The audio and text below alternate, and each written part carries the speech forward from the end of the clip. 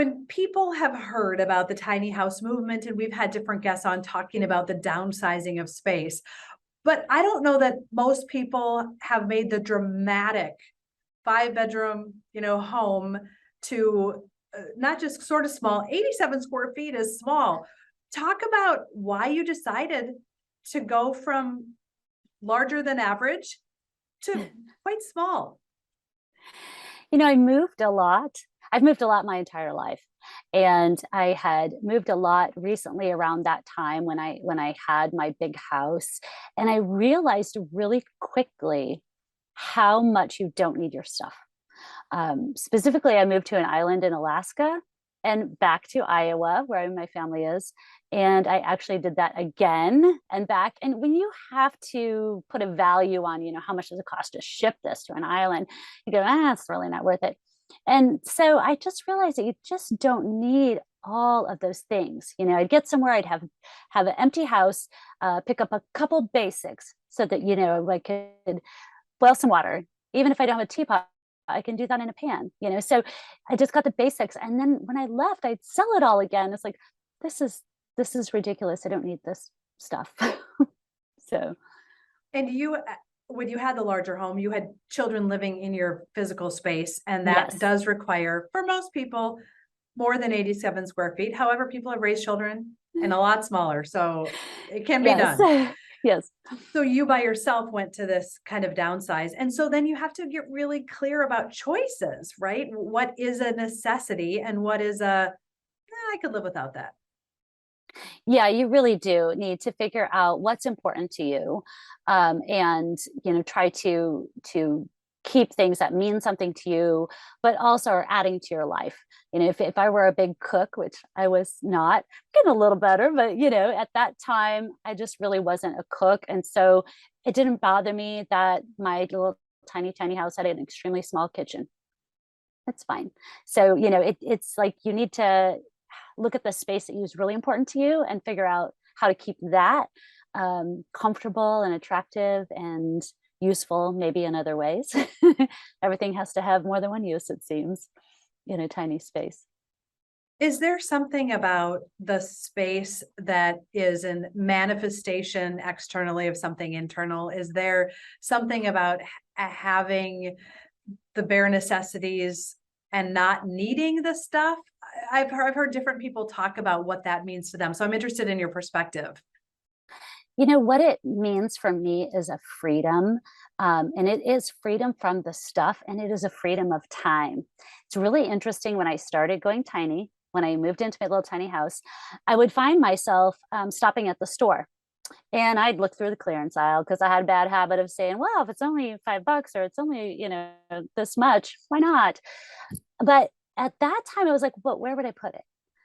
So I realized I stopped buying so much little things. And then I was at the store and I'd go out, I'd wander around and I'd walk out and say, I didn't buy anything. Why did I stop here anyway? And I realized how much time I was wasting just meandering around stores, And then I realized in this tiny space how much product I was wasting, like how much garbage I was producing, and said, why do I have all this garbage? So, when you start clearing some things away from your view and your mind's effort thinking about this and that, you start seeing more, and they go, oh, I need to recycle more and be more proactive about what I'm purchasing. So then I thought, why do I have all this recycling? I'm buying too much stuff that's in plastic, so it was really like this, it was a way to make parts of life more obvious because you're clearing some out of the way and more surface. And then I think life just keeps getting better and better. And when you look at Renee from 15 years ago with the space and Renee now, how have you evolved because of the change in how you think about stuff and space and sustainability and movement and even the ability to move your house? Yeah, it's really just opened up so many doors. I am out exploring more, seeing more places because I'm not, tied to a certain location. My funds have, opened up because I don't have a mortgage or a garbage bill or a water bill or electric, I just don't have any of those expenses. And I'm even a vehicle because I live in a bus right now, so this vehicle is paid off. And so it's just really opened up those opportunities, like you said, to move around, to have a better financing, and just starting down that road of, once you start noticing some things about sustainability and seeing how others are living their life, you can take parts of that and say, this could be beneficial in my world. And so I'm really on a path to improving my life, and hopefully other people's too, because we try to do this for folks at the TinyFest events. We share with them what options and what opportunities are out there and how it can benefit them, so that it just get on a continual improvement cycle, I guess you'd say. Yeah, no, it makes perfect sense. Do people think that you're crazy? And I don't want to use crazy in a negative way. I Yeah. mean, what are you doing? You're living where? Or you meet someone at a new place and like, let's go back to my place. And it's like, the bus, you live in the bus. I mean, do you get a lot of that or not so much? Well, yes and no. When I interact with new people, of course, having the events where I am around other people that do this all the time, it's nothing new to them. But I do get some of that. It's kind of a split. I'll get some folks that are kind, and they say, "Oh, that's really interesting." Their mind is saying crazy, but they just didn't say it out loud. And other folks that are excited. Like, you really do that?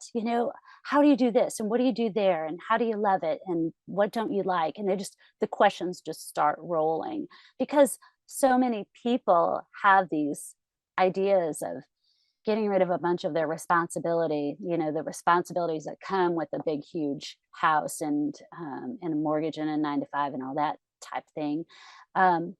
And they just dream of getting out and doing things. And so they're excited to meet somebody that's actually doing it, so they can pick my brain. Well, we're coming into sort of the holiday season, and I'm always fascinated when I walk by someone's home and or drive by, and they have all the skeletons or all the holiday or all the, fill in the blank stuff. And I think about even my own storage room and the bins that I have dedicated to these different seasons, and how, boy, if I didn't have the space to put the seasonal stuff in, we do sort of expand our stuff to fill our space. And Absolutely. the stores even that are just filled with seasonal stuff that spend most of the year in a tub. Yes, exactly. And the stores really maybe impact people more than they think. They've got this mindset in there. Think about back your grandma's house.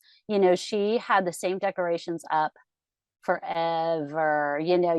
Everything was the same at grandma's, and it might be old and outdated, but it was special to her. Well, now we're just prompted by media and businesses, commercialism, to always change. A new look, a fresh look, a new style, got to keep up. And it's just amazing how much stuff we all go through, and then we store, and we have to figure out how to store it, and we buy storage. Oh my gosh, 1 in 11 Americans, or households, I believe it is, has a storage unit. Wait, 1 in 11 families have a storage unit, meaning all the stuff that they have doesn't even fit in their physical space, their home. Right. And so then they're paying to store it. And you start looking at, if it's $50, $100 a month, was all that stuff worth in the year? Was that really worth $1,200 to you? And sometimes you could go out and replace it, which I don't recommend, buying and just getting rid of it. But yeah, it's amazing. And the average American household has 300,000 items in it. That's 300,000 items. Yeah. It's a lot to have in your world. It's amazing when you start clearing some of that stuff out of your space, how much more space in your heart and your mind opens up. It sounds odd, I know, but it really is. It really does make a difference. And you don't have to go to bare minimal, nothing on the wall, right? You need to be in a space that is warm and inviting to you. But it's amazing. You get rid of a lot of that stuff that you have, and it still can be warm and inviting. And your message isn't just hey, everyone should live like this, even though you certainly are facilitating that. And after the break, I want to talk about what you're doing and how you're building this community. Your message also, I suspect, isn't just about sell your house, move into a smaller space, but think about the space, think about what's a need, what's a want, think about freedom and how much we're tied to things that we don't need to be tied to. Yeah. I think, exploring what's out there and just keeping your eyes open to different perspectives and different opportunities, you really do learn a lot about what is important to you and what you need and what you want, what you can pass on. It's like, I really don't have to have that. And then it's like, what could I do? What could I do with that money I just saved? What could I do with that space that I just created? And hopefully the answers are going to be something that's very beneficial to not only you, but maybe some people around you.